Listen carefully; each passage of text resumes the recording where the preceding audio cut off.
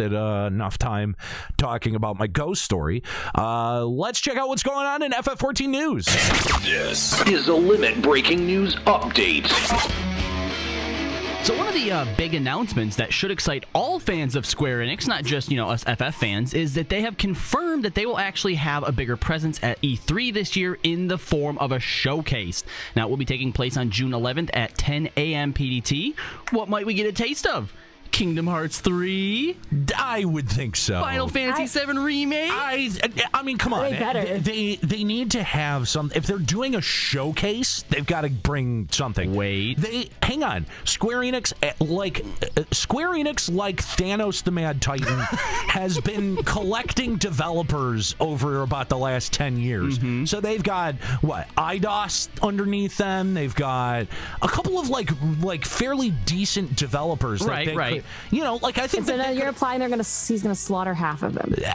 Maybe. But well, I mean, that would be the most entertaining showcase, right? That would put EA in its place severely. Like, come on, up that EA. But no. What I think is, I just think that they've got a good lineup of stuff to show off. More than any other time, I think Kingdom Hearts 3 is now probably primed for it. I wouldn't get your hopes up, just shield yourself. Fuck off, it's happening. Come on, I'm pretty sure they're going to announce at least the release date at E3. All right, maybe. I don't think we should expect any FF7 remake stuff after the news that they've started from scratch with it. But what about Season 3 DLC for Final Fantasy 15? Actually, they probably will, because they've announced that they're going to do like the Luna, Arden, and RNA episodes. They might showcase some of that. That was supposed to be a joke. No, but it's like legit. If they want a good showcase, they will give us all three of these things. You said Season 3. I think that's where you missed the joke. Okay, well, Season 2 of DLC would be what they said. Okay, but regardless, if they don't show Kingdom Hearts 3, FF7 Remake, and FF15 stuff, then I don't know. I hope that they show something. Here's Nika, and here's the joke. It's just like right over her head. It made an incredible arc over her head. Well, I mean, there's been so many releases of DLC. I don't know what's considered seasons anymore. There's been a lot of DLC for that game. We all know this. Okay. Anyway, there's also going to be a live letter from the producer that will take place the following Tuesday. Yeah. And, of course, there will be battle challenges as well with the new 4.3 Primal. So, we joked... do we know what the 4.3 Primal is? Did they announce that in the live letter? Do we know? I don't think that they... No. No. Interesting. Yeah. Okay. So we joked on last week's, and I'll do air quotes here, show that Square Enix news was so light that they didn't even have any optional items to release. Well, don't worry, they do this week. Oh my God. You can now buy these wings and robes that makes you, one's the demonic one, black, and the other one's angelic, white. I hate these things. They used to be they were Chinese exclusive, weren't they? I fucking hate what they were. These things. But we always get the shit that goes in the Chinese store. But the worst thing about these things is that you cannot detach the wings from the robes, and the robes are ugly. No. The worst thing about these things is that they're $18 fucking dollars. All right, that's true.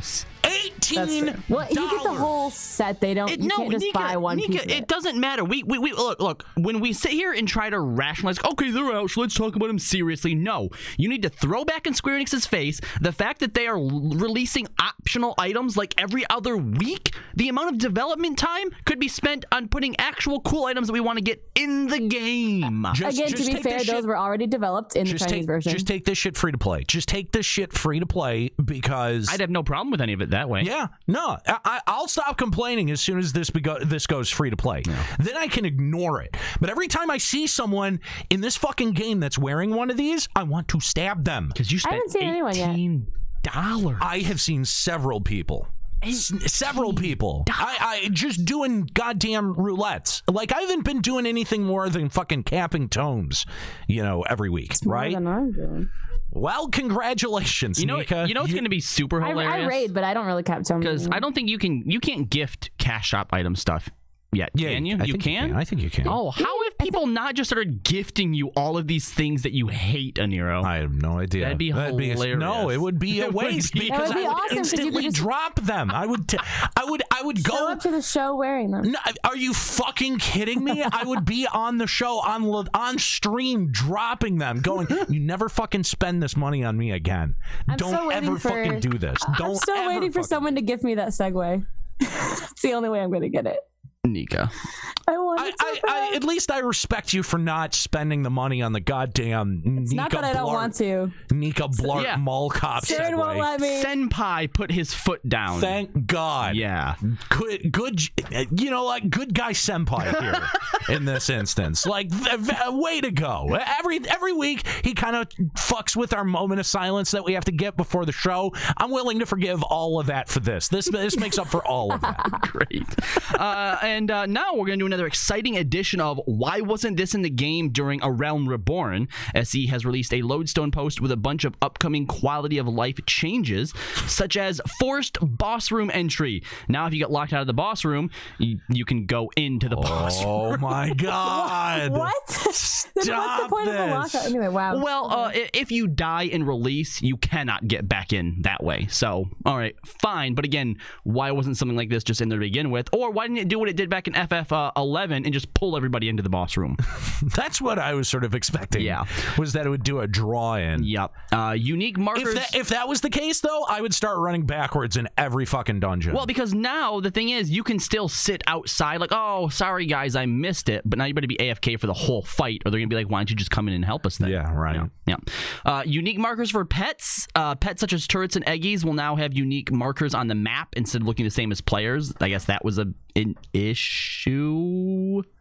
Yeah, no, it has been before. I've been like, wait, we're leaving a player behind, or like it's really confusing on the mini map, but it's actually just it's just like how long are you how long are you confused? How long does that confuddle your little mind? Especially there, considering, can't you hover over it and it tells you what it is? Yes. Maybe, but I use controller most of the time. Oh my God. Oh jeez. Oh my God. Enhanced achievement feature. This is a new feature added that will show you when you are near to completing an achievement, or if there is one available in the zone that you are in.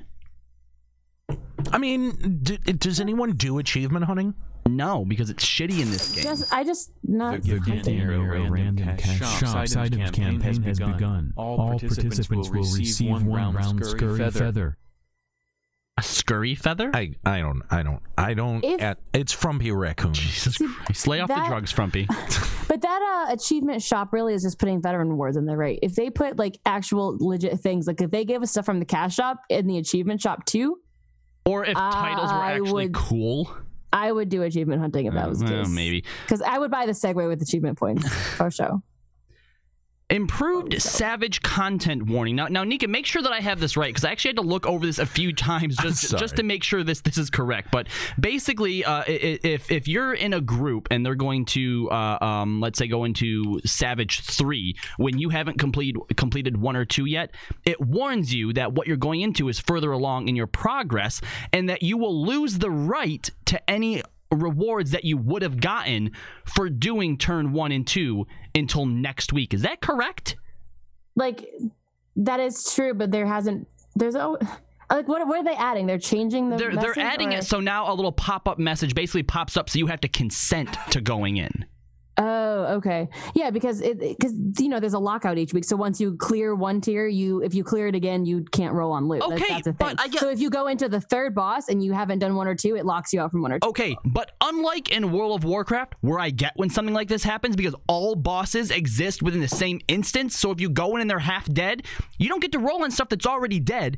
These are each in completely different instances. So why would going into 3 lock you out of 1 and 2? Oh, it's always done that.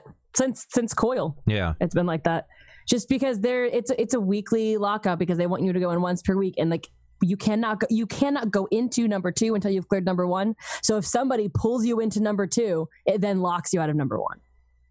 Yeah, you can still go into one, but you can't roll on after you've cleared all 4 each week. You still have to beat them in order. You can't just queue up for the final one. Yeah. Yep. Yeah. Until they put it into the duty finder with pugs, then you can do them in any order. All right. Well, I guess add on to my list of reasons why I don't do endgame rating, because it's fucking stupid. No, I mean, I guess I understand that because it forces progression, right? Like, I mean, like, yeah, like your first time through, I think that it should be forced progression. Yeah, but, I mean, after that, you should probably be able to it's pick not too bad though, because now we just log in on Tuesdays, clear the first 3 in like 1 or 2 shots, and then we move on to the 4th one. It's not, yeah, but and it's that almost, way you still get the books. Isn't it almost a waste of time? Like, is it at some point? Eventually, like the first one's pretty moot at this point, right? Like because of loot distribution, everyone has pretty much every combination of everything that they could want from those first two turns, and now you know, like it becomes a waste of time and loot. Sort of, but we all have like secondary jobs we want to gear up to, so like I'm not too upset about having to get paladin gear too, because I want that. Well, I'm just glad I don't raid. And then this last one really took me for a loop. Prioritizing display for party members. You know how there's too many people on screen sometimes, it doesn't load everybody in? Well, now the game will make sure that it loads in your party before it loads in anybody else. This should have been put in from the moment hunts were put in. Yeah. Or Odin, the moment Odin was put in the game. So from the beginning, this should have been in from the beginning? Yeah. There's really no excuse that this would have taken this long. Yeah, and that's all the news that we have for today, guys. Woo! All right. Well, we still got a lot to talk about, of course.